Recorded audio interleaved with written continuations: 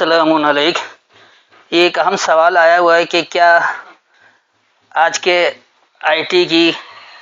یہ نشانیاں قرآن میں موجود ہیں؟ جس طرح اے آئی آج کل جوابات دے رہے، تو یہ اے آئی کی پیشن گوئی بھی قرآن میں موجود تھی، اور اس کے لیے حوالہ بھی دیتے ہیں روایتی مسلمان، کیونکہ ان کا روایتی ترجمہ اس کے تحت یہ بات آ سکتی ہے۔ دراصل یاد رکھیے کہ قرآن ہدایت کی کتاب ہے، اس میں ہر طرح کی ہدایت موجود ہے اور وہ آتی رہتی ہے، سمجھ میں آتی رہتی ہے۔ تو بے شک اس سے جوڑا تو جا سکتا ہے کہ اس کی پیشن گوئی اس طرح سے موجود تھی، لیکن لوگوں کی بات سمجھ میں نہیں آ رہی تھی۔ جب آئی ٹی وجود میں آ گیا، اے آئی بن گیا، تو پھر اب لوگ اس سے جوڑنا شروع ہو گئے۔ تو یہ ایک غلط روش ہے کہ جب کوئی چیز سائنس دریافت کر لے، اس کو سامنے لے آئے، تو اس کو قرآن سے جوڑ دیا جائے۔ تو آئیے آج ہم اس کی ہی وضاحت کرتے ہیں۔ اس کے لیے سورہ النمل اور اس کی آیت نمبر 38 سے 42 تک دیکھ لیں، 27 کی 38 to 42۔ پہلے آپ کے سامنے مروجہ روایتی ترجمہ پیش کر دوں گا، اور پھر اس کے بعد اس کی حقیقت تک پہنچنے کے لیے آپ کو آپ کے سوالات کے جوابات بھی ساتھ ساتھ ملتے جائیں گے۔ سلیمان نے کہا، اے سرداروں، تم میں سے کون اس کا تخت میرے پاس لائے گا اس سے قبل کہ وہ میرے پاس فرما بردار ہو کر آئیں۔ یہ مروجہ روایتی ترجمہ گو کہ اس کو سمجھنے کے لیے آپ کو کافی آگے سے آیتیں لینی پڑیں گی، لیکن اتنا وقت نہیں ہے اور نہ اس کا اس سوال سے کوئی تعلق ہے، اس لیے میں صرف وہ حصہ لے رہا ہوں جہاں سے سوال کا جواب دیا جائے۔ قال، کہا، یا ایھا الملؤ، اے میرے مشورہ کنندگان۔ ملؤ کہا جاتا ہے جس سے حکومت وقت مشورہ لیتی ہے، یا جو مرکزی اختیار والا ہوتا ہے وہ مشورہ لیتا ہے۔ تو آج کل جمہوریت کے زمانے میں کابینہ کہلائے گی، کہیں صدارتی نظام ہے تو وہاں جو بھی جن کو اس نے اپنے کیبنٹ بنا رکھا ہے اسی سے وہ مشورے کرتے ہیں، یا کچھ اور افراد سے بھی، ٹیکنوکریٹ وغیرہ سے، جن کو وہ قابل سمجھتے ہیں۔ تو اسی طرح ہر سربراہ مملکت کے کچھ نہ کچھ قریبی مشورہ کنندگان ہوتے ہیں، ان کو ہی ملا کہا جاتا ہے۔ تو اے مشورہ کنندگان، ایکم، تم میں سے کون، یاتینی، وہ دے گا مجھے، بعرشہا، اس کے مرکزی اختیار کو۔ عرش کہا جاتا ہے مرکزی اختیار کو، دارالخلافہ کو۔ جیسے پاکستان کا دارالخلافہ اسلام آباد، تو اسلام آباد عرش کیپٹل ہے، اس کے مرکزی اختیار کو، قبل، اس سے پہلے، ان یاتونی، یہ کہ وہ مجھے دے، مسلمین، سلامتی دینے والوں میں سے۔ تو اس آیت میں واضح طور پر جو سلیمان علیہ السلام بتا رہے ہیں کہ جو یہ واقعہ گزر رہا ہے، تو وہ سلامتی دینے والا اس نے اپنا مشورہ کنندگان سے کہا کہ تم میں سے کون ہے جو مجھے اس کے مرکزی اختیار کو اس سے پہلے دے دے کہ وہ سلامتی دینے والوں میں سے بن کر میرے پاس آ جائے۔ کہا، جنات میں سے ایک قوی ہیکل نے، بے شک میں اس کو آپ کے پاس اس سے قبل لے آؤں گا کہ آپ اپنی جگہ سے کھڑے ہوں، اور میں بے شک اس پر البتہ قوت والا امانت دار ہوں۔ اب یہ مروجہ روایتی ترجمہ اس طرح جادوئی بنا دیا کہ جیسے کھڑے ہوتے ہی فوراً آ جائے، یا پلک جھپکنے میں آ جائے، تو بہرحال ایسا کچھ ہو نہیں سکتا، نہ ہوا ہے، نہ ہو سکتا ہے۔ تو دیکھیے یہاں اصل میں ہدایت کیا مل رہی ہے۔ قال افریتم، کہا ایک افریت نے۔ افریت کہا جاتا ہے انتہائی طاقتور کو، قوی ہیکل کو۔ وہ ایک تو طاقت میں بہت زیادہ ہو، دوسرا ڈیل ڈول میں بھی بہت زیادہ ہو، دیکھنے میں بڑا لگ رہا ہو، تو ان کو کہا جاتا ہے افریت۔ تو کہا ایک افریت والے نے، جو افریت والا ہے، من الجن، جنونیوں میں سے۔ یاد رکھیے کہ انسان کے اندر دو ذہنی صلاحیتیں ہیں، ایک انسیت کے ساتھ کام کرتے ہیں اور ایک جنونی پسند ہوتے ہیں، جو چاہتے بس ہر کام فوری طور پر ہو جائے، جلدی ہو جائے۔ ان میں ہی کیٹیگریز ہوتی ہیں، کوئی ماننے والا ہوتا ہے، کوئی انکار کرنے والا ہوتا ہے، کوئی ملاوٹ کرنے والا ہوتا ہے، کوئی بگاڑ کرنے والا ہوتا ہے۔ تو بہرحال وہ ایک الگ تفصیل ہے۔ تو جنونیوں میں سے ایک افریت نے کہا، انا آتی کا بھی، میں دوں گا تمہیں اس کتاب کے ذریعے، قبل، پہلے، ان تقوما، یہ کہ تم ڈٹے رہو، من مقام کا، اپنی حیثیت میں، تم اپنے مقام میں، اپنی حیثیت میں ڈٹے رہو، تو میں تمہیں اس کے ذریعے دیتا ہوں، اس کتاب کے ذریعے، کہ وہ فرما برداری میں، ان کے آنے سے پہلے ہم انہیں پہلے فرما برداری پر راضی کر لیں۔ وَإِنِّي عَلَيْهِ، اور بے شک میں اس پر، لَقَوِيٌّ امین، ضرور قوت والا، امانت والا ہوں۔ امین جو ہے وہ امانت سے بھی اور امن دینے والے سے بھی ہے، تو میں امن دینے والا شدید قوت والا ہوں، قوت سے امن دینے والا ہوں، اس کی یہ بات آپ کر سکتے ہیں کیونکہ یہ مرکب توصیف ہی ہے۔ تو اس آیت میں جو واضح طور پر بتا رہا ہے کہ جنونیوں میں سے ایک عفریت تھا، یعنی کہ وہ جو دیکھنے میں بھی لمبا چوڑا مضبوط کٹ کاٹ کا مالک تھا اور وہ کام بھی اس کے اچھے تھے، طاقتور بھی تھا۔ تو اس نے کہا کہ اس کتاب کے ذریعے میں اس سے پہلے تم اپنی حیثیت میں ڈٹے رہو اور میں اس کی طرف ضرور ایک مضبوط امن دینے والا ہوں۔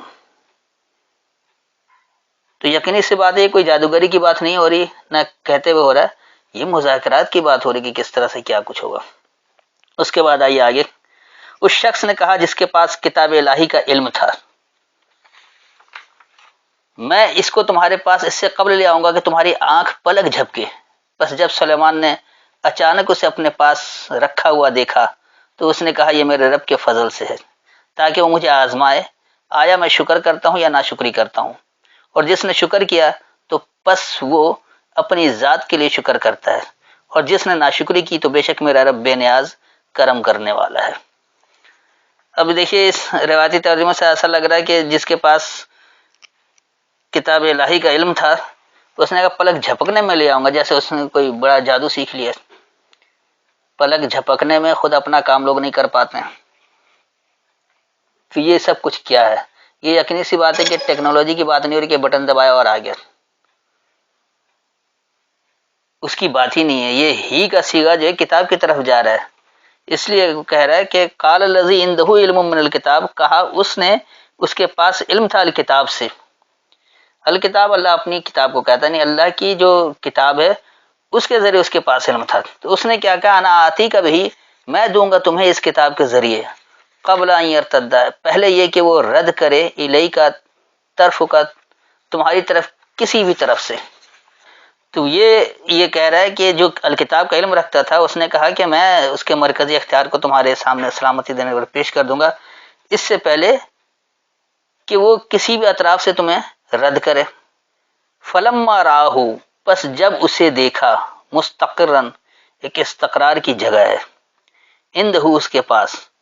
قال ھذا، کہا یہ من فضل ربی، میرے رب کے فضل سے ہے، لیبلونی،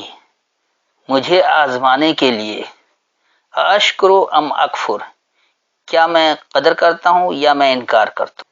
ومن شکرا، اور جو قدر کرے، فإنما یشکر لنفسہ، بس بے شک جو یہ قدر کرنا ہے اس کی نفسیات کے لیے، اس کی سوچ کے لیے۔ ومن کفر، اور جو انکار کیا، فإن ربی غنی کریم، بس بے شک میرا رب بے پرواہ عزت والا ہے۔ تو اس آیت میں اللہ نے واضح طور پر بتا دیا کہ کہا اس شخص نے جس کے پاس کتاب سے علم ہے کہ میں تمہیں اس کے ذریعے نہیں، اس کتاب کے ذریعے دوں گا، اس سے پہلے کہ وہ تم کو تمہارے اطراف سے رد کرے، یعنی کسی طرف سے وہ تمہارے کسی معاملے کو رد کرے تو میں اس کتاب کے ذریعے اسے پہلے ہی قائل کر لوں گا کہ وہ اسے رد نہیں کر سکے، کیونکہ وہ الکتاب کا علم رکھتا تھا، صحیح بغیر ملاوٹ کی بات کرتا تھا، یعنی اللہ کے کلام کو خالص اللہ کے کلام سے ہی سمجھنے والا تھا، اس لیے الکتاب کا علم تھا۔ اور وہ کسی اطراف سے وہ تمہیں رد کرے اس سے پہلے میں اس کو اتنا واضح کر دوں گا کہ رد کرنے کی گنجائش نہیں رہے گی۔ تو پس جب اس کے پاس اسے استقرار والا دیکھا، نہیں جب سلیمان نے دیکھا کہ میرے ساتھ ایسے مضبوط لوگ ہیں، ایسے استقامت سے ڈٹے رہنے والے لوگ ہیں کہ واقعی یہ میرے جانے کی ضرورت نہیں، یہ خود بھی بات چیت کر سکتے ہیں اور دلائل سے قائل کر سکتے ہیں، تو اس نے کہا کہ میرے رب کے فضل سے، یعنی یہ رب کا مجھ پر فضل ہے کہ مجھے ایسے ساتھی مل گئے جس کی وجہ سے میں نے اللہ کا نظام نافذ کر دیا ہے۔ اور یہ سب کچھ کس لیے کہ مجھے آزمانے کے لیے کہ کیا میں خوب قدر کرتا ہوں یا میں انکار کرتا ہوں، ناقدری کرتا ہوں۔ تو اللہ نے جو کچھ دے رکھا ہے اگر اس کے تحت اچھا نتیجہ ملتا ہے تو پھر یہ نہیں کہنا چاہیے کہ میری وجہ سے ہو گیا، بلکہ اللہ کے احکامات کی فرما برداری اختیار کرنے کی وجہ سے ہوا، یہ ہے قدر کرنا، کیونکہ میں نے اللہ کے احکام پر عمل کیا، اللہ کی فرما برداری اختیار کی، اس لیے مجھے وہ نتیجہ مل گیا۔ اگر میں بھی نافرمانی کرتا، میں بھی اللہ کی آیتوں کا انکار کرتا تو میرے پاس بھی ایسے لوگ نہیں ہوتے جو دلائل سے بات کر سکیں، دلائل سے قائل کر سکیں کہ کسی طرح سے رد کرنے کی گنجائش نہ ہو۔ پھر اس کے بعد یہ کہہ رہے کہ جو قدر کرتا ہے تو پس بے شک یہ جو قدر کرنا اس کی اپنی نفسیات کے لیے، اپنی سوچ کے لیے۔ تو جب آپ کسی بات کی قدر کریں گے، اس کی اہمیت کو جانیں گے، اس پر عمل کر کے دیکھیں واقعی اس کے اچھے نتائج ہیں، تو اگر آپ قدر کریں گے تو اس کا اچھا نتیجہ آپ کو ہی ملے گا۔ جو بھی اللہ کے احکامات کی قدر کرے گا، اس پر عمل کرے گا، تو اس کی ہی سوچ کو اس سے فائدہ پہنچے گا، اس کے ہی لوگوں کو فائدہ پہنچے گا، اس کے عمل کا نتیجہ ہی اس کے سامنے خوش کن آئے گا۔ اس کے بعد پھر کہ ومن کا فرا، اور جو انکار کر دیتا ہے تو فإن ربی غنی کریم، پس بے شک میرا رب تو بے پرواہ عزت دینے والا ہے۔ عزت کے قابل، تکریم کا قابل تو صرف اللہ ہی ہے۔ تو جو میرا ربی ہے، جو میرا رب مجھے بتدریج پروان چڑھانے والا ہے، وہ بے پرواہ عزت دینے والا ہے۔ اسے کسی عزت کی ضرورت نہیں ہے کہ وہ آپ سے زبردستی اپنے اعمال پر، وہ اپنے دیے احکامات پر عمل کروائے۔ اس نے حکم دے دیا اور پھر اس کے بعد اس نے آپ کو آزاد چھوڑ دیا کہ اب جو چاہے اس حکم پر عمل کر لو، یا تو اللہ کے فرما بردار بن جاؤ یا نافرمان بن جاؤ۔ اگلی آیت پھر دیکھیے کیا کہہ رہی ہے۔ اس نے کہا اس ملکہ کے امتحان کے لیے، اس کے تخت کی وضع بدل دو، ہم دیکھیں کہ آیا وہ سمجھ پاتی ہے یا ان لوگوں میں سے ہوتی ہے جو نہیں سمجھتے۔ اب دیکھیں یہاں کیا بات ہو رہی ہے۔ قال نکر لہا، کہا انکار کرواؤ اس کے لیے، عرشہ اس کے مرکزی اختیار کا، ننظر ہم دیکھیں، اتہتدی کیا تم ہدایت دیتے ہو، من الذین ان لوگوں میں سے، لا یہتدون یا تم ہدایت نہیں دیتے ہو۔ تو اس آیت میں جو اللہ واضح طور پر بتا رہا ہے کہ جو اس کا مرکزی اختیار ہے اس سے اس کی اجنبیت کروا لو، اس کا مرکزی اختیار سے چھین لو۔ یقینی سی بات ہے جب آپ کہیں قبضہ کرتے ہیں تو انہی لوگوں کو برقرار نہیں رکھتے ہیں، پہلے آپ ان کا امتحان لیتے ہیں کہ واقعی وہ نظام کے لیے مخلص ہیں یا وہ اپنے آبائی نظام کو لے کر چلنا چاہتے ہیں، اس کو لاگو کرنا چاہتے ہیں۔ اگر وہ اللہ کے فرما بردار ہیں تو اپنی عہدے پر برقرار رہیں گے، اگر وہ اللہ کے نافرمان ہیں تو انہیں عہدے پر نہیں رکھا جا سکتا۔ اس لیے کہا انکار کروا لو، اجنبیت کروا دو اس کے لیے اس کے مرکزی اختیار کا، پھر ہم دیکھتے ہیں کہ تم جو ہدایت دے رہے ہو وہ اس ہدایت کو لیتی ہے یا پھر وہ ان لوگوں میں سے ہوتے جو ہدایت نہیں لیتے۔ اس کے بعد آئی اگلی آیت۔ پس جب وہ آئی اس سے کہا گیا کیا تیرا تخت ایسا ہی ہے؟ وہ بولی گویا کہ یہ وہی ہے اور ہمیں اس سے قبل ہی علم دیا گیا تھا، علم ہو گیا تھا کہ ہم ہیں مسلمان فرما بردار۔ اب دیکھیے یہاں کیا بات ہو رہی ہے۔ فلما جاءت، پس جب وہ آئی، قیلا کہا گیا۔ اب یقینی سی بات ہے یہ اکیلے نہیں آئے، اس کی پوری ٹیم آئی ہے۔ تو پس جب آئی تو کہا گیا اس کی جماعت کو، اہا کذا، کیا یہ ہے عرش کے تمہارا مرکزی اختیار، یعنی ایسا ہی تمہارا مرکزی اختیار ہے کہ دیکھو ہم نے تمہیں اس سے چھین لیا اور تمہارا مرکزی اختیار ختم ہو گیا۔ تو قالت کانہو ہوا، تو بولی جیسا کہ یہی ہے، اسی طرح کا ہے وہ اوتین العلم، اور ہمیں علم دے دیا گیا، یعنی ہمیں دے دیا گیا خاص علم، من قبل ہے اس سے پہلے سے، وکننا مسلمین، اور ہم فرما برداری اختیار کرنا، ہم سلامتی دینے والے ہیں۔ اس آیت میں جو اللہ نے واضح طور پر بتایا کہ یہاں بات کیا ہوئی کہ پس جب وہ جماعت آئی ان سے کہا گیا کہ ایسا ہی تیرا مرکزی اختیار ہے، اتنا ناقص رہا کہ ہم نے اسے تم سے چھڑا لیا اور یہ ختم ہو گیا۔ تو وہ بولی کہ جیسا کہ وہ وہی ہے، جب تک ہمارے پاس اختیار تھا ہم استعمال کر رہے تھے، اور اب واقعی اختیار تمہارے پاس ہے تم استعمال کرو۔ پھر ان جماعت نے یہ کہا کہ ہمیں العلم اس سے پہلے سے دے دیا گیا تھا، یہ یعنی کتاب کا علم اس کے پاس آ گیا تھا پہلے ہی، کیونکہ کتاب پہلے بھیجا جا چکا تھا، تو الکتاب کے ذریعے اسے یہ علم ہو گیا تھا پہلے سے کہ واقعی ہم سلامتی دینے والے بن جائیں، یعنی ہم جو ہے وہ اس طرح نافرمان نہ بنیں اور نہ ہم اللہ کی آیتوں کا انکار کرنے والے ہوں، ہم اللہ کے نظام کا انکار کرنے والے ہوں، بلکہ ہم سلامتی دینے والوں میں سے ہوں۔ تو یہ تھی ان آیتوں کی وضاحت۔ اس کو ایک بار آپ ویسے میں نے لفظی ترجمہ کر کے بتا دیا تاکہ بات اچھی طرح سے واضح ہو جائے، لیکن ایک سمجھانے کے لیے کہ اس میں کیا کچھ ہے میں اس کا مختصر خلاصہ پیش کر دیتا ہوں۔ جب سلیمان نے کہا اپنے مشورہ کنندگان سے کہ تم میں سے کون ہے جو مجھے اس کے مرکزی اختیار کو دے گا، ایک بڑے علاقے پر اس کا مرکزی اختیار ہے، اس کا سب کچھ کنٹرول ہے، تو اس کی اس حیثیت کا اس مرکزی اختیار کا کون مجھے لا کر دے گا، اس سے پہلے کہ وہ مجھے سلامتی دینے والوں میں دے دیں، یعنی اس سے پہلے کہ وہ فرما برداری میں آ جائیں، وہ کہہ دیں کہ ہم تمہارے فرما بردار ہو رہے ہیں، ہم بھی تمہارے ساتھ ملیں گے، مل کر کام کرتے ہیں۔ تو اس وقت جو سلیمان علیہ السلام کے کابینہ کے افراد تھے، جو ان کے مشورہ کنندگان تھے، ان میں سے ایک جنونی عفریت والے نے، ایک قوی حکل طاقتور جنونی نے یہ کہا کہ میں تمہیں اس کتاب کے ذریعے ہی دیتا ہوں، اس سے پہلے کہ تم اپنی مقام میں ڈٹے رہو، تم اپنی حیثیت میں ڈٹے رہو، میں جا کر بات چیت کرتا ہوں اور میں انہیں قائل کر لوں گا، اور کس لیے قائل کروں گا کہ میں طاقتور بھی ہوں اور میں امانت کے ساتھ بات پہنچانے والا ہوں، تو یقینی سی بات ہے کہ میں جلد اسے تمہارے تابع کر لوں گا کہ وہ بھی سلامتی دینے والوں میں سے ہو جائے، مسلمین بن جائے، بجائے اس کے کہ وہ انکار کر کے لڑائی کے لیے تیار ہو۔ پھر اس کے بعد سلیمان کی کابینہ میں سے جس شخص کے پاس الکتاب کا علم تھا، یعنی وہ شخص جو الکتاب کا علم خود رکھتا تھا، لوگوں کو سمجھا سکتا تھا، بتا سکتا تھا بغیر کسی ملاوٹ کے، تو اس نے یہ کہا کہ میں تمہیں اسی کتاب کے ذریعے دوں گا، اس سے پہلے کہ وہ تم کو تمہارے اطراف سے رد کرے، یہ نہیں کہ میں اسے قائل کر کے زبردستی یا ڈرا دھمکا کر لے آؤں، کیونکہ جنونی عفرت والا اپنی طاقت کا بھی اظہار کر رہا اور یہ بھی بتا رہا ہے میں صلاحیت بھی رکھتا ہوں۔ تو اصل صلاحیت یہ ہونی چاہیے کہ آپ الکتاب کے ذریعے اس طرح سے مدلل گفتگو کریں کہ دوسرے کے پاس رد کرنے کی کہیں سے گنجائش نہ ہو، تو وہ کسی بھی اطراف سے تمہارے فیصلے کو رد نہیں کر سکتی، کیونکہ تم الکتاب کی بات کر، اللہ کی بات کر رہے ہو۔ تو پس جب ایسے شخص کو سلیمان نے اپنے پاس دیکھا کہ واقعی ایسے استقرار والے، ایسے مضبوط نظریے والے لوگ اس کے ساتھ موجود ہیں، تو اس نے کہا یہ میرے رب کا مجھ پر فضل ہے، اور مجھے آزمانے کے لیے اللہ نے ایسے افراد مہیا کر دیا، ایسے ساتھی مہیا کر دیے ہیں کہ میں خوب قدر کرنے والا ہوتا ہوں یا میں انکار کرنے والا ہوتا ہوں، اور جو بھی اس کی قدر کرے اللہ کے احکامات کی، تو یقینی سی بات ہے جو قدر کرے گا تو بے شک یہ جو قدر ہے اس کی اپنی نفسیات کے لیے، اور جو انکار کرے تو یاد رکھو کہ میرا رب جو وہ بے پرواہ عزت دینے والا ہے، اللہ کو کچھ نہیں چاہیے، نہ اللہ کو آپ سے عزت چاہیے، نہ دولت چاہیے، نہ کچھ چاہیے، اللہ تو بے پرواہ ہے اور عزت والا ہے، اس کی عزت پہ کوئی فرق نہیں آ سکتا، آپ مانیں یا نہ مانیں آپ سے کوئی فرق نہیں پڑتا، تو رب جو ہے وہ تو بے پرواہ عزت دینے والا ہے۔ تو پھر کہا اسے ضرور اس کے مرکزی اختیار سے اجنبیت کراؤ، یعنی کہ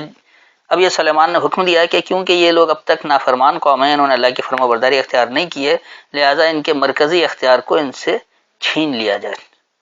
دستبردار کروا جائے حکومت سے، یعنی اب احکامات صرف اللہ کے نافذ ہوں گے، اور یہ اس سے اختیار چھین لو تو پھر ہم دیکھیں کہ واقعی وہ کتاب سے ہدایت لینے والی ہوتی ہے یا ان لوگوں میں سے ہوتی ہے جو الکتاب کی ہدایت نہیں لیتے ہیں۔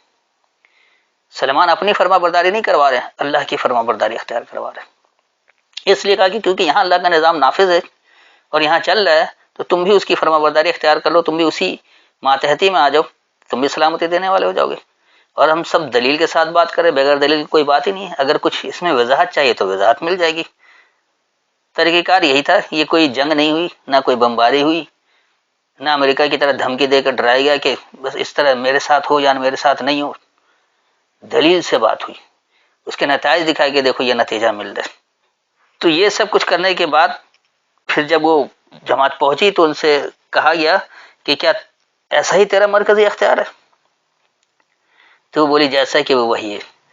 نہیں ایسا نہیں ہے، ہم نے اپنی طور پر کوشش کی تھی، ہمارے پاس الکتاب کا علم نہیں تھا تو ہم نے اپنے طور پر نافذ کیا، جیسے آج یورپ ایک پرامن معاشرہ بنا ہوا ہے اپنے طور پر کر کے، انہیں اللہ کی کتاب کا علم نہیں ہے، اگر کوئی اللہ کا کتاب کا علم دے دے اور وہ ایسا کوئی جگہ بنایا وہ بھی نمونوں کے طور پر کہ دیکھو کس طرح مناتا اللہ کے احکامات پر عمل کرنے سے، تو وہ اس کے لیے ماڈل نمونہ بھی ہو جائے گا، اور جب اسے کہا جائے گا کہ دیکھو تم جو مرکزی اختیار چاہتے تھے کس لیے کہ امن ہو، لوگ بے خوف ہوں، خوف اور حزن نہ ہو، معاشی ترقی ہو، معاشرتی طور پر اچھے ہوں، مردنی نہ ہو، اس میں خون بہانا نہ ہو، ناقدری نہ ہو، تو کیا وہ مان نہیں لیں گے کہ واقعی اللہ کی بات ہے، ہم بھی ایسا ہی چاہتے تھے؟ ایسا ہی اس وقت اس نے بھی مان لیا اور اس نے کہا کہ ہم بھی ایسا ہی اختیار چاہتے تھے، اور ہمارے پاس الکتاب کا علم آ گیا تھا، اور الکتاب کا علم آنے کے بعد ہم نے فیصلہ کر لیا تھا کہ ہم بھی سلامتی دینے والوں میں سے، ایسا ہرگز نہیں کہ ہم سلامتی دینا نہیں چاہتے تھے۔ تو یہ تھی پوری بات، مکمل واقعہ کہ آپ میرے سورہ نمل کا درس سن سکتے ہیں۔ تو یہاں صرف نظام کا جھگڑا تھا اور کس طرح سے آنا تھا، کیا کچھ تھا، نہ کوئی یہ تھا کہ وہ اپنی جگہ سے اٹھتے اتنی جلدی آ جائے جادوگری کے طور پر، اور نہ پلک جھپکنے میں سارا کام ہو جائے، بلکہ اللہ کے احکامات کی فرما برداری کیسے اختیار کی جائے، اس کے الکتاب کا علم کیسے سمجھا جائے، اس کے تحت نظام کیسے نافذ کیا جائے۔